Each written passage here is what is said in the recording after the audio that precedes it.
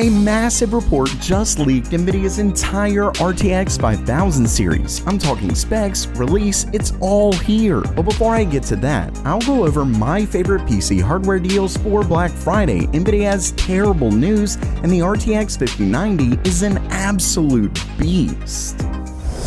Welcome everyone to Gamer Melt. Okay, it's news time. With Black Friday just a few days away, tons of online retailers like Newegg and Amazon have already started their Black Friday deals, and some of these are really good, so I thought that I would quickly go over a few of my favorites, and I actually went through and looked at the price over time to make sure these are real deals instead of, say, a price increase, which actually does happen. And I'll have affiliate links to each of them down in the description below. They don't cost you a penny more, but it helps the channel out. Either way, starting things off, we have AMD's Ryzen 9 5900X. Now, unlike many of these other CPU deals, this one is an actual deal, and it's a very nice 12-core, 24-thread CPU for just $227. And it's great for anyone not wanting to upgrade to AM5 just yet. Now, if you are wanting to upgrade, there's a very nice B650 board from Gigabyte that has pretty decent I/O, just an all-around decent AM5 board that's now just $140. Moving on, we have the ultimate proof that SSDs have plummeted in price. This bad boy is a PCI Express 4.0 M.2 SSD for just $550. That obviously may sound like a lot, but we're talking 8 terabytes. Now, if that's still too much, but you still need a bunch of storage, this HDD from Seagate is only $150, and yet it's still 8 terabytes. And lastly, we have the fully modular 850 watt Corsair PSU. This is an 80 plus gold PSU. Low noise fan, it really is a good one. I really like Corsair PSUs, and given the fact that you'll see pretty shortly the RTX 5000 series is coming out, if you plan on getting one of those, you're likely going to need a faster PSU. This one right here is just $100. Once again, I'll have all of these linked down in the description below, so definitely make sure to check those out.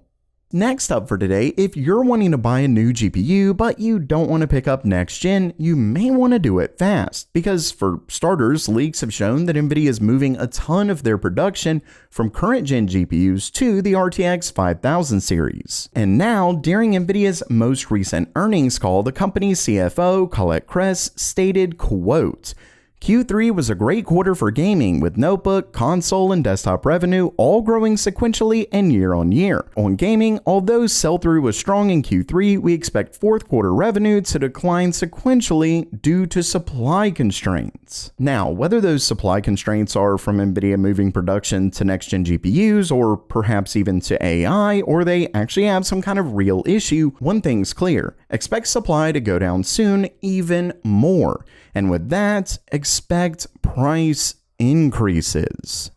Now, if you are looking to purchase one of Nvidia's next-gen GPUs, the RTX 5090 is looking to be a monster. Of course, the pricing also looks to be absurd, but either way, while I have more overall RTX 50 series leaks that I'll get to next, the 5090 is one big chip, and I mean that literally. As you can see right here, the 5090 is set to be built on the GB202 GPU. Don't forget that many times multiple SKUs are made from a single GPU, though this will likely be exclusive to the 5090 unless Nvidia releases a higher end variant like the 5090 Ti. Either way, this bad boy comes in at 744 millimeters squared. For comparison, you can see right here that that is a massive increase over the current gen's 4090. We're talking from 609 millimeters squared to 744. Now, if we do go back a little bit further, you can see that the Turing GPU is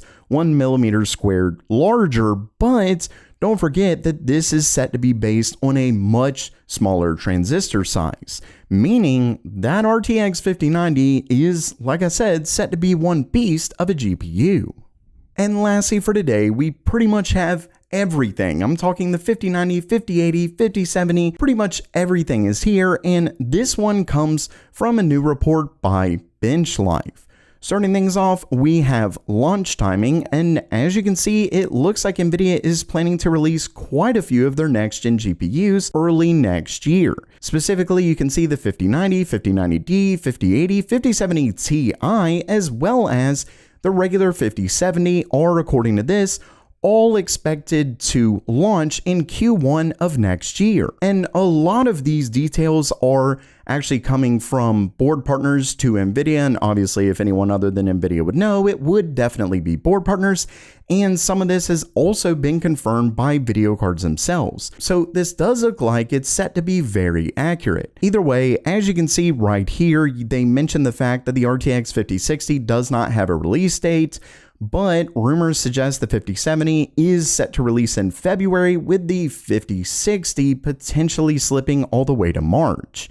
Not only that, but we have specs for pretty much all of these. This is pretty wild. Starting things off, we have the RTX 5090, and as you can see from earlier rumors, this bad boy is set to come with 21,760 CUDA cores and a whopping 32 gigabytes of memory. Not only that, but talking about getting a new PSU, which you should definitely check out the one that I have down there, but that likely won't be enough for this monster because it apparently comes with a TGP of 600 watts. Moving on with the RTX 5080, and just like with the 4000 series, you can see that it has a massive drop in core count versus the 90 card. This one comes with 10,752 CUDA cores, and unfortunately, unlike the 5090, the 5080 does not see an increase in memory. As you can see, this one is just 16 gigabytes, and it comes with a TGP of 400 watts.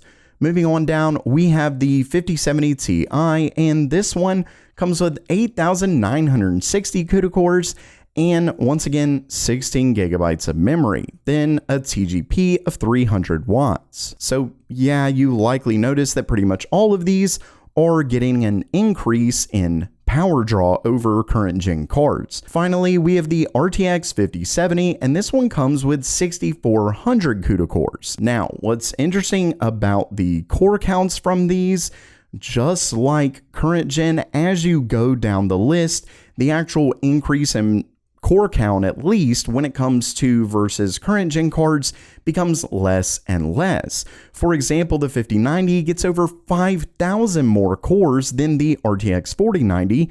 The 5080 has around 1,000 more than the 5070 Ti has just a few hundred more, and then the 5070 actually has less cores than the 4070 Ti, though obviously that's the Ti versus the 5070, but still, we're talking a whole new generation here. Hopefully, Nvidia will up the clocks quite a bit, or maybe they do something with the actual architecture itself where it's significantly better than current gen, so the core count isn't all that important, but either way, it's not looking all that great, except for the 5090. Moving on, the 5070 also still comes with 12 gigabytes of memory and a TGP of 250 watts. And then finally, we have the 5060 Ti, which we don't really have all that much information for it, but we do have that it comes with 200 watt TGP. Ultimately, I'd say the pricing is really going to be the big determining factor as to how good of an upgrade these GPUs really are. Obviously, performance is important, but if the price goes up just as much as the performance, it really isn't all that worth it. Luckily, if this is right, you won't have to wait too long because